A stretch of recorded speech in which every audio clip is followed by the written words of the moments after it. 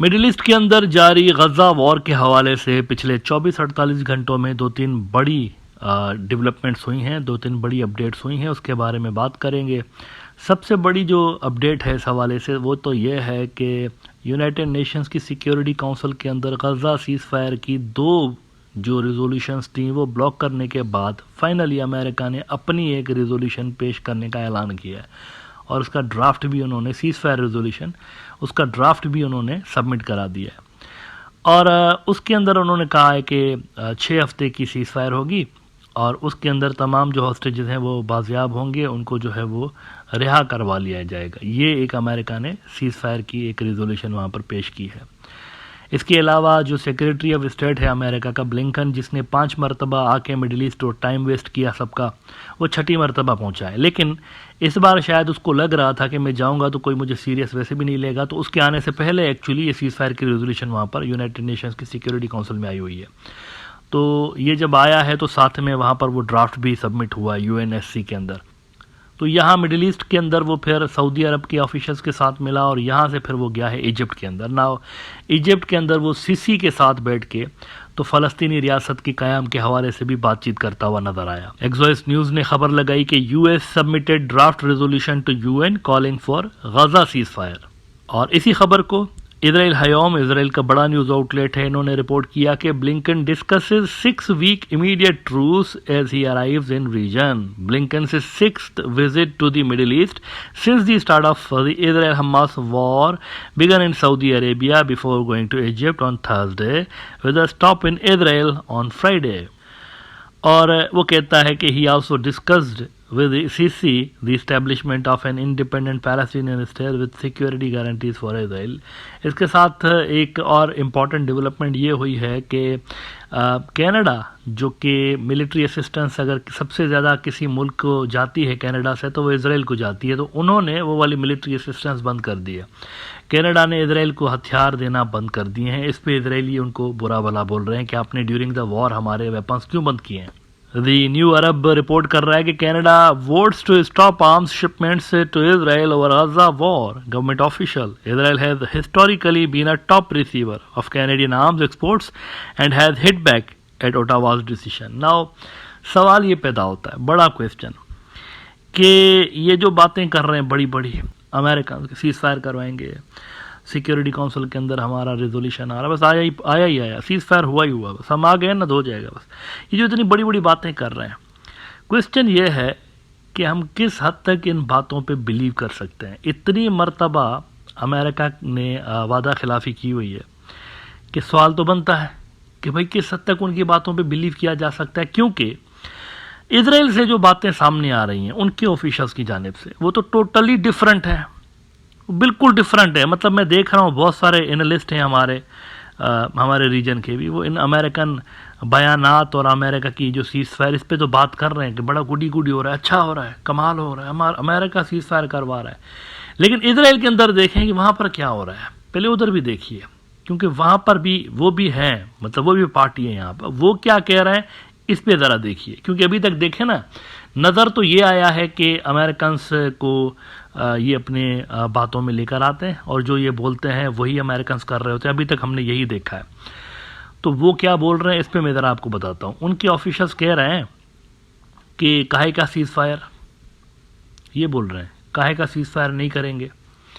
और साथ में अमेरिकन्स इनको बोल रहे हैं कि जो रफ़ा का इलाका है जहाँ पर आधे फ़लस्तीनी इस वक्त रह रहे हैं, गज़ा की आधी पॉपुलेशन वहाँ पर, क्योंकि वो निस्बतन सेफ़ इलाका है, उसके अंदर इतनी ज़्यादा बॉम्बिंग और ये चीज़ें नहीं हुई, बिल्कुल इजिप्ट के बॉर्डर के पास है, मतलब इतना भी सेफ़ नहीं है लेकिन कम से कम वो बाकी के गज़ा से सेफ़ है। तो आधी आबादी वहाँ पर रह रही है इस वक्त, गज़ा के आधी जो आबादी है वहाँ पर है।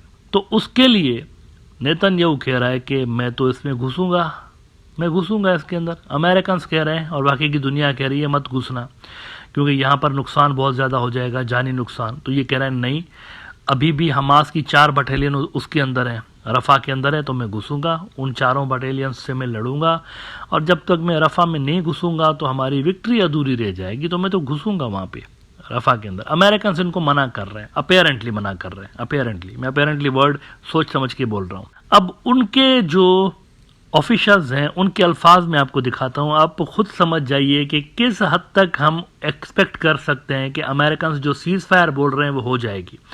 ये ज़रा अल अरेबिया की स्टोरी देखिए, आज की स्टोरी है। इजराइल डिटरमाइंड टू टेक आजाद Rafah despite potential breach with US. American क्या कह रहे हैं? सीज फायर करवाएंगे, यही बोल रहे हैं ना, सऊदी को भी यही बोल रहे हैं और वो इजिप्ट वालों को भी यही बोल रहे हैं, कतरियों को भी यही बोल रहे हैं, सबको ये, सारी दुनिया को यही बोल रहे हैं, हाँ हम अभी कराते हैं, सीज फायर करवाते हैं। लेकिन ये देखिए ज़रा, इजरायली कह रहे हैं हम तो रफ़ा में घुसेंगे। अगर ये रफ़ा में घुसेंगे तो ये कई महीने की मजीद जंग होगी। रफ़ा कोई ऐसा नहीं है घुसते ही 2 दिन में ख़त्म कर देंगे, ऐसा नहीं होगा। तो इमीडिएट सीज फायर का सवाल ही पैदा नहीं होता अगर ये रफ़ा के अंदर घुसेंगे। ज़रा इसको समझने की ज़रूरत है। कहते हैं कि Israel will take control of Rafah even if it causes a rift with the United States. और senior Israeli official said on Thursday describing the Gazan city packed with refugees as a final Hamas bastion harbouring a quarter of the group's fighters. और Dermer साहब हैं, farmer ambassador हैं America के अंदर, उनके ज़रा अल्फाज को कोट करते हुए वो कहते हैं कि dreamer, a former ambassador to the United States, said Israel would hear out American ideas for Rafah, but the city on Gaza's border with Egypt would be taken whether or not the allies reach agreement. Americans चाहे ना चाहे हम तो घुसेंगे, Israeli officials कह रहे हैं हम तो घुसेंगे, अमेरिकन की परवाही नहीं है, वो क्या बोलते हैं doesn't matter. It will happen even if Israel is forced to fight alone. America तो छोड़ो, सारा का सारा वेस्ट भी हमारे खिलाफ हो जाए ना तो भी घुसेंगे, अगर अकेले हो जाएंगे घुसेंगे अंदर, फिर भी घुसेंगे। Even if the entire world turns on Israel including the United States we are going to fight until the battle is won. ये उनके ऑफिशियल्स कह रहे हैं।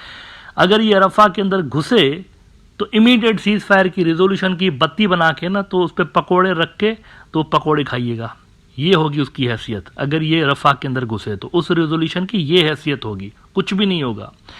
असल बात यह है कि इनको ये जो उनका एक घोड़ा पाला हुआ है अमेरिकन ने मिडिल ईस्ट के अंदर, इजराइल नाम का, इसका क्या कर रहे हैं वो? सवाल तो ये पैदा होता है ना, क्या इन्होंने अमेरिकन ने, चलो कनाडा ने तो कर दी, अमेरिकन ने वेपन्स की सप्लाई बंद की है? नहीं की। अमेरिकन ने मिलिट्री असिस्टेंस बंद की है? नहीं की। तो जब आप ये सब कुछ नहीं कर रहे तो कैसे, किस बुनियाद पे आपकी बातें मानेंगे भाई? इजरायली क्यों मानेंगे आपकी बात? आपने ना मिलिट्री असिस्टेंस बंद की है, ना आपने दूसरी तरह की असिस्टेंस बंद की है, कुछ भी नहीं किया, बल्कि अभी तक आप इंटेलिजेंस भी उनको प्रोवाइड कर रहे हैं, सारा कुछ कर रहे हैं। तो ये जो बात है नहीं, इसमें कुछ गड़बड़ है। मतलब ये जो बातें, सारे लोग बड़े होपफुल हैं कि जी अच्छा होगा, बिल्कुल ज़बरदस्त, लेकिन कुछ टेक्निकल चीज़ें जब मैं देख रहा हूँ ना तो मुझे समझ में नहीं आ रहा कि ये कैसे होगा। रफा के अंदर घुसने से इमीडिएट सीज फायर तो भूल जाए ना फिर आप, अगले कम से कम 1 डेढ़ 2 महीने तक। लिहाजा ये सारी डेवलपमेंट्स तो अपनी जगह पे हैं, अमेरिकन कह रहे हैं, अरबों को भी कह रहे हैं, तो सारी दुनिया को तमाशा दिखा रहे हैं। लेकिन इसके साथ वो जो दूसरी हरकतें कर रहे हैं इजराइल की फेवर में, मेरा नहीं ख्याल वो मैच कर रही हैं इनके स्टांस से, वो कंट्राडिक्ट कर रही हैं अमेरिका के स्टांस को। एंड ज़ाती तौर पर मैं तब तक इसको सीरियसली नहीं ले सकता अमेरिकन बातों को जब तक प्रैक्टिकली हम ये नहीं देखते कि वहाँ से मिलिट्री असिस्टेंस बंद नहीं हो रही और वहाँ से इंटेलिजेंस जो शेयरिंग है इनके साथ वो नहीं बंद हो रही। तब तक हम कह नहीं सकते कि अमेरिका वाकई सीरियस है यहाँ पर सीज फायर के हवाले से।